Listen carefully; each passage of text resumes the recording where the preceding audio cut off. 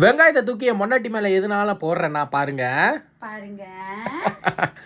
வெளியவே ரொம்ப நேரமாக வச்சுட்டாங்க வெஜிடபிள்ஸ்லாம். ஸோ வெஜிடபிள்ஸ்லாம் எடுக்கிறக்காக தான் நான் போயிட்டு என் மொண்டாட்டி கொஞ்சம் பயமுறுத்திட்டு போட்டதெல்லாம் உள்ளே கொண்டாந்து வச்சு வீட்டுக்குள்ளே கொண்டாந்து எல்லாம் வச்சுட்டேன். எங்கடா எங்கள் அம்மாவை காலையிலேருந்து காணான்னு போய் பார்த்தா காதில் பூ வச்சுக்கிட்டு எவ்வளோ அழகாக இருக்காங்க பாருங்களேன்.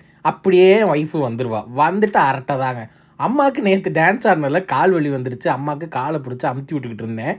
இங்கேருந்து அங்கே மாமியார் மருமகள் டாக்ஸ் போட்டுக்கிட்டு இருந்தாங்க. பசிக்குதுன்னு சொல்லி வந்தனே என் ஒய்ஃப் அழகாக எனக்கு வந்துட்டு எங்கள் அண்ணி இன்றைக்கி சாம்பார் வச்சுருந்தாங்க.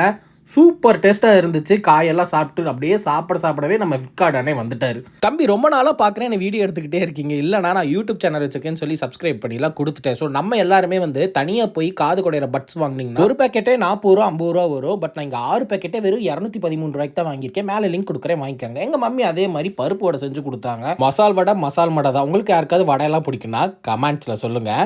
எல்லாரும் ஃபேமிலியாக உட்காந்து பேசிக்கிட்டு இருந்தோம். எங்கள் அம்மா இப்போ ரீசெண்ட் டைமில் என் மண்டைக்குள்ள ஒரே ஒரு தாட் தாங்க ஓடிக்கிட்டே இருக்குது.